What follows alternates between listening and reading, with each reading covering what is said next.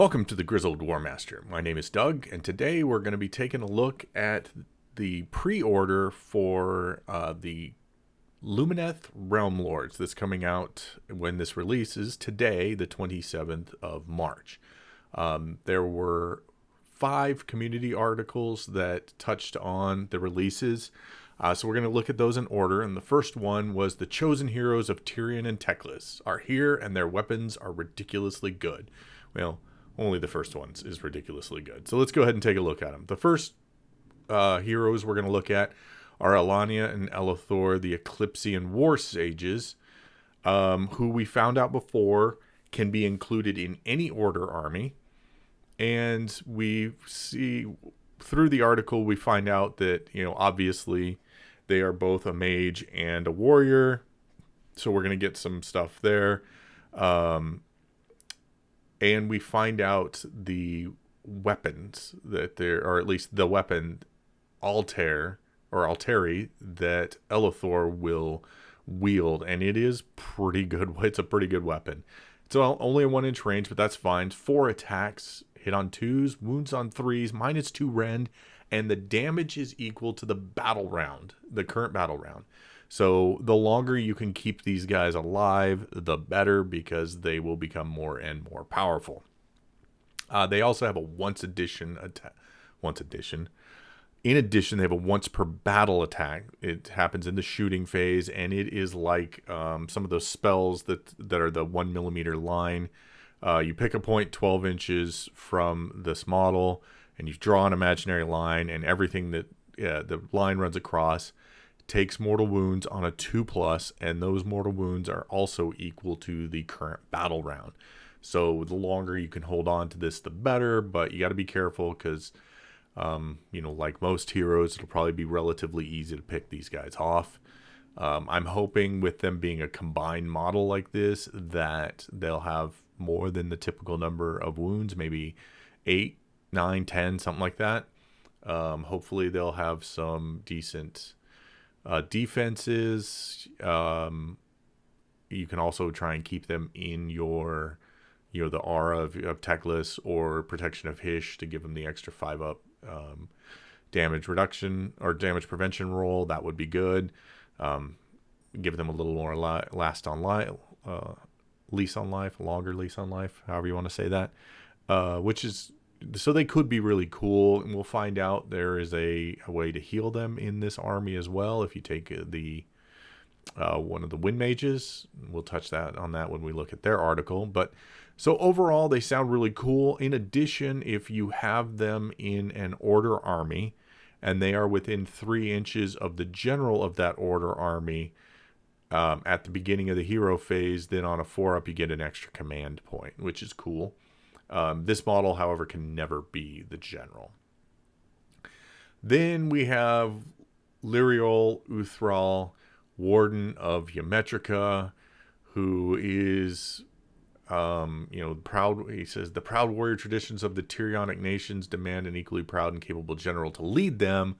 Yet he's from Ymetrica, which is a Teclian nation, so not sure what's up with that. He's the Lord Regent Supreme.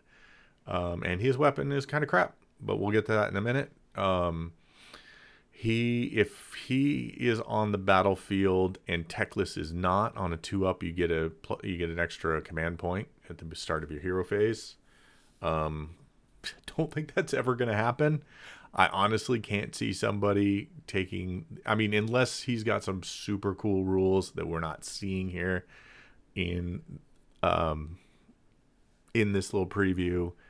I just can't see taking this guy. An extra command point on a 2+, that's pretty cool, but not worth giving up Teclis, especially when you look at his weapon, his Demon Bane Lance.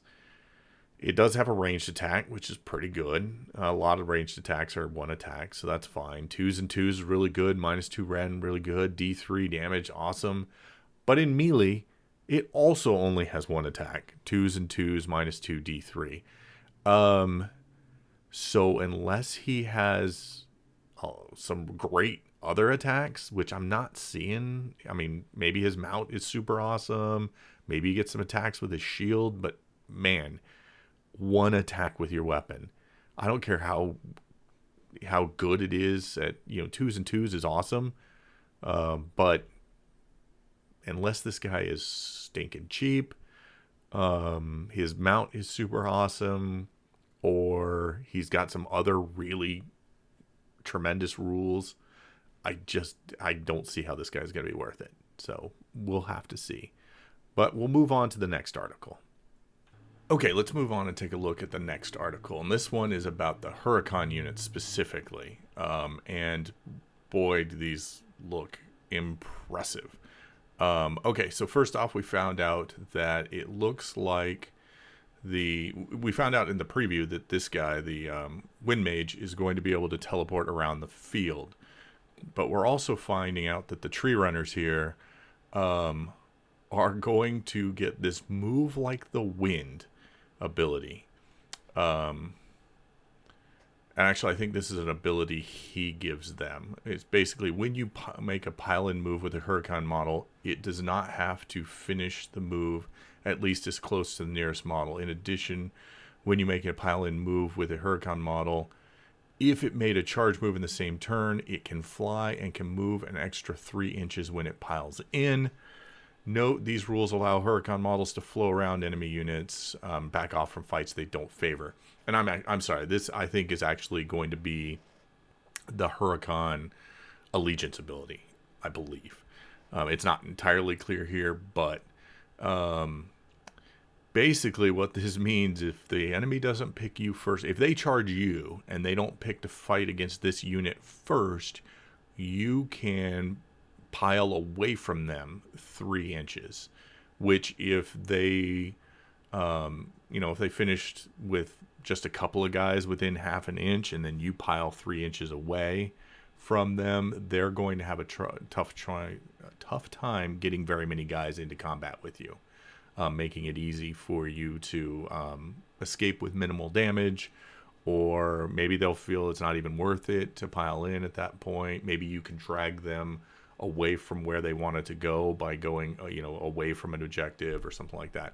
So that's an interesting, but even more interesting is if these guys charge. So to say you use the tree runners to charge, and they are likely going to have at least a 14-inch move. This guy can give them a 16-inch move, which we'll talk about here in a minute. They could be getting close to an enemy with, in turn 1. If it's a 9 inches from the center kind of deployment, you could have these guys rush across the field to just outside of 3 inches. They could then shoot the unit right in front of them and then make a charge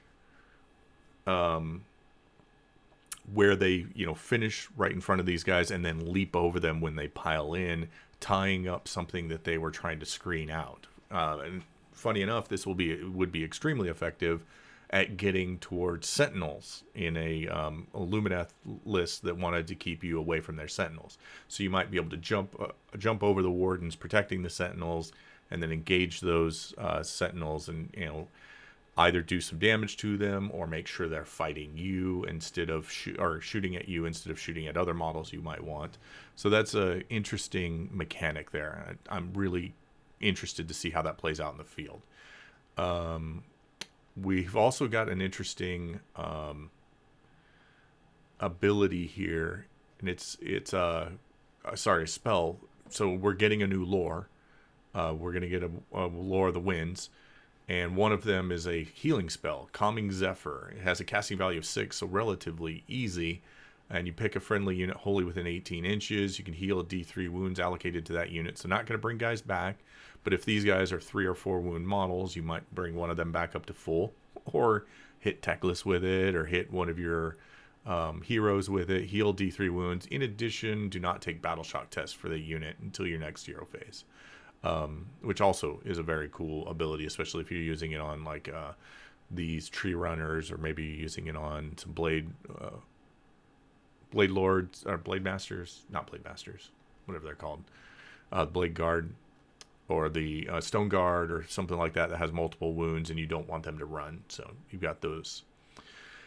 And then if you make your Huracan hero, so that's we assume at this point it's just this Wind Mage, but if you make him your general, he gets Grand Wind Rider, which is if a friendly Wind Chargers unit starts a move wholly within 24 inches of this general, when it makes that move, that unit has a move characteristics of 16 and can fly. So that is super cool. I could see making one of these Wind Mages your general just for that ability if you have these guys in there. We got a little bit about an artifact you can take, the Wind Blast Fan, once per battle. The start of your enemy, pick an enemy unit within 3 inches of the bearer of that unit, must make a normal move and must retreat. So that's pretty cool. So, and you do it at the enemy movement phase. So you can blow somebody outside of combat from you and make them move away. And if they don't have a special rule that allows them to retreat and still charge, then that unit now is stuck out of combat for that turn. So that's really cool. All right, the next article is about the Bladelords, the Venari Bladelords. And the title here is very interesting. When Nagash comes knocking, there's no better bodyguard than a Venari Bladelord. So they several times throughout this write-up refer to these guys as bodyguards or their Scenari charges. So while they don't talk specifically about a bodyguard rule here, I can't imagine that they're not going to have a bodyguard rule, just based on all of the hints that have been dropped here. If they don't have a bodyguard rule, I could see people getting very upset with how misleading the article is. Because they talk about dedicated guardians to their Scenari charges, all kinds of stuff. Now, what I'm not hoping for here is that they can only bodyguard a Scenari. That would kind of suck. I wouldn't put it past it, the way they specifically call out the Scenari, I think, several times in this article. So it is possible, especially, they have a rule they have their banners are from the Scenari. They're woven for them by the Scenari they protect. So it does hint at maybe they can only provide their protection abilities to, if they have them, to Scenari, which would kind of suck because there are some other cool mages in the army, including Teclis, that it'd be nice for them to be able to take hits for, but we'll have to see. So let's take a look at their rules. The first one is crazy. The Sunmetal Great Blades. Now, one thing we'll notice here is there's no Sunmetal rule so far for these guys, but they have two things they can choose from. Either a Perfect Strike, which both of these have a 2-inch range. If they choose Perfect Strike, it's 1 attack, but it automatically hits. You don't make a roll. And then it's a 2+ to wound, -2 rend, 1 damage. So it's very, very reliable. So you could assume that 5 of these guys attacking are going to probably get through 5 wounds. So awesome. The next one is the Flurry of Blows, and essentially the attack characteristic for each of the Great Blades, or for each Bladelord, is the number of models within 2 inches of them, of the attacking model. So if you can get a front of 5 guys all overlapping with those the 2-inch reach, they could potentially all be getting anywhere from 2 to 6 attacks apiece. So could be very good. 3s and 3s, no rend, 1 damage. The 1 damage here, the fact that there's no rend on the Flurry of Blows, I do have a feeling that they are still going to have, and the fact that they're Sunmetal weapons, they're Sunmetal Great Blades, they will probably have the 6s to hit, cause a mortal wound. It's not guaranteed, but I can't imagine you would call these Sunmetal weapons and then not give that to them. But what is probably not going to be there, they will probably themselves not be wizards, so they won't be able to cast the power of Hish on themselves, so you would have to give up somebody else, one of the other Venari units, giving them power of Hish if you wanted to have that, the Sun Metal attack. If they get it at all. But again, I think it's likely, especially considering the 1 damage and the no rend on the Flurry of Blows. But we'll have to wait and see. But nonetheless, even if they don't get that, this is a really strong ability, I think. This is a really strong attack. All right, the other thing we get a hint at here, or we get spelled out for us, we got the hint at the Bodyguard rule, and then we got spelled out the Vanishimore Banners, which essentially gives them the 4-up to ignore spells that Teclis hands out if you're within the aura of Selenar. So each time this unit is affected by a spell or endless spell, you can roll a dice. If you do so on a 4+, ignore the effects of the spell or endless spell on them. And it's a you can. So if it's a friendly spell, you can choose not to roll the dice. Now, the interesting thing will be to see if they change the way the Aura of Selenar reads, because it currently reads each time a unit is affected by a spell or endless spell cast by an enemy wizard. So it doesn't have the you can roll the dice. I think it just says you roll a dice. And I don't know if this has been FAQ'd. I don't think it has. That means if Kharadron Overlords are using the spell in the bottle against you with the Aura of Selenar, that you wouldn't get to roll the 4-up because it is not an enemy wizard casting the spell against you. It just is happening. This obviously would not be affected by that, and I'm hoping that in the new book they just change it to this wording for the Aura of Selenar as well, but we'll have to see. All right, we have 2 more articles to go through, and these should be quick because there's a little bit to say about them. The first one is riding around the battlefield in a stylish floating temple is the most Lumineth thing ever. And notice it says riding around. So that's interesting. They don't really touch on this but riding around seems to indicate that maybe this terrain feature moves. So that'll be interesting to see. But what we know is that you can garrison a hero in here. I don't think it has to be a wizard. But if you get a hero up here, then they gain some abilities. First is cleansing rituals. Once per turn, you can reroll 1 casting, dispelling, or unbinding roll for a friendly Lumineth Realm-lord's hero that is within 12 inches of this terrain feature, which theoretically would include if it was a wizard manning the what do they call it? The Shrine's Luminor, then they could get that as well. From the second battle round in your hero phase, if this terrain feature has a Shrine Guardian, which is whoever is garrisoning it, you can say that they will channel the Shrine's power.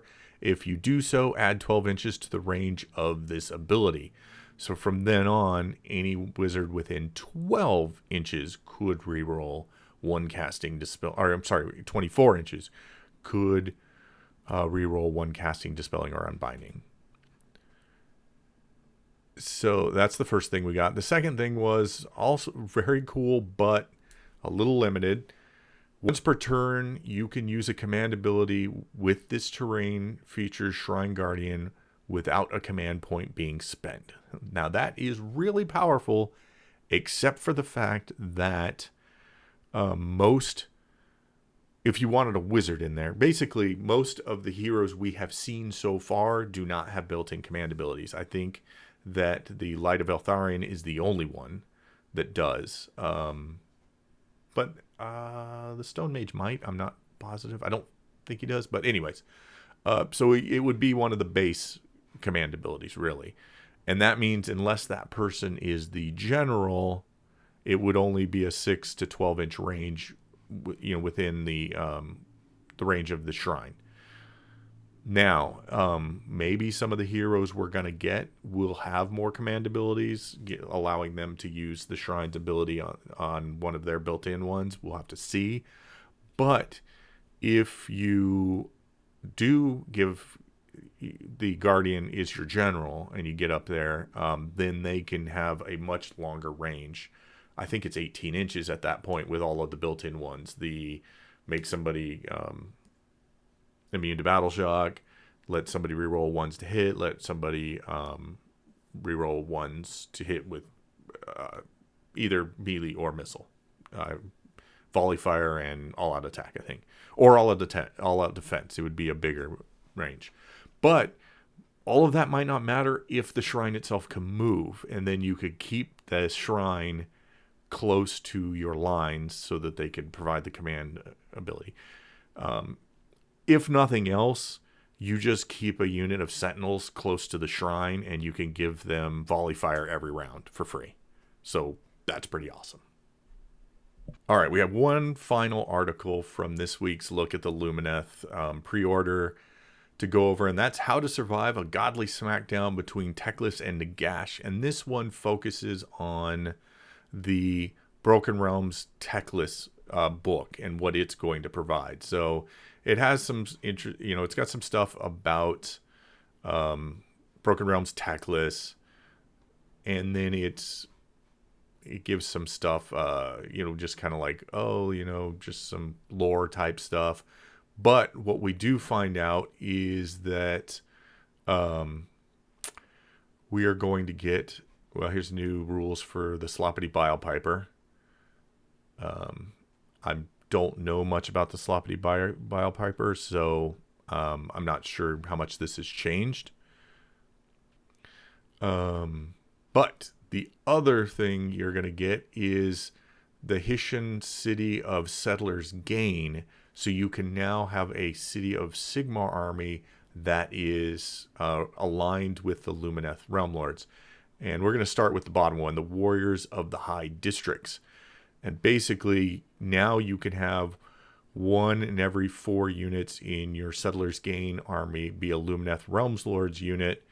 And that's in addition to 1 in every 4 being a Stormcast Eternal unit. And they gain the Cities of Sigmar and Settlers Gain keywords. So that means you could have a Cities of Sigmar that's 50% Cities of Sigmar units, 25% Lumineth, and 25% Stormcast, which I think could be a really cool combination. And if I remember correctly, and I'm going to look this up while I'm talking about this, I believe that Teclis's aura abilities, his Aura of Selenar abilities, including the 5-up Feel No, or actually no, that's his spell.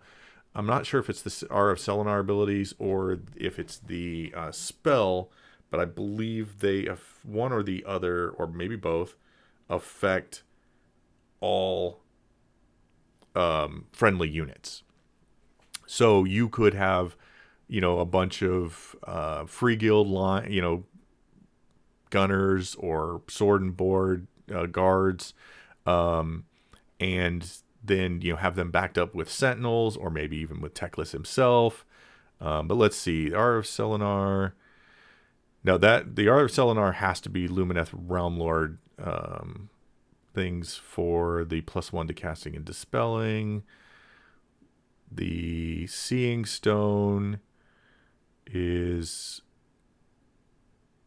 each time a friendly unit within range of the model's Art of Selenar ability is affected by an endless spell or a spell cast by an enemy wizard, you can roll a die on a 4+, you ignore it. So that would extend to the Cities of Sigmar units. And the Protection of Hysh also is a friendly unit. So that would give them 5-up Feel No Pains. So that is really cool. The idea of having Teclis commanding a bunch of mortals, a bunch of free guild guard. And I guess technically if you wanted to build a Phoenix Temple city, that could be really cool. You wouldn't necessarily at that point need Teclis because your Phoenix guards are already going to have a 5-up to feel no pain. Or I think there's actually a 4-up, so it's already better. So although you would give them the 4-up to, there's a lot you could do with that. So that's really cool. I'm excited to see how that gets played. And then the other rule we got for this was the Lumineth Tutors, which is you can choose one extra Settlers Gain Free Guild Hero or Settlers Gain Collegiate Arcane Hero to have an artifact of power. And I'm assuming we're probably going to get a unique Settlers Gain artifact, so that's kind of cool. In addition, you can add one to casting rolls for Settlers Gain Collegiate Arcane Wizards. So if you want to take Collegiate Arcane Wizards and you want to take Teclis with them, now they're getting... I'm not sure if they're going to get the +2, because he might only hand the +1. Oh yeah, that's only for Lumineth Realm-lord units. But you could have both Lumineths getting +1 and the Settlers getting +1. But there's a lot to play around with there, so that's pretty exciting. But that's going to wrap it up for the community articles we got about the upcoming Lumineth releases, including Broken Realms Teclis. I'm excited to see how this comes out.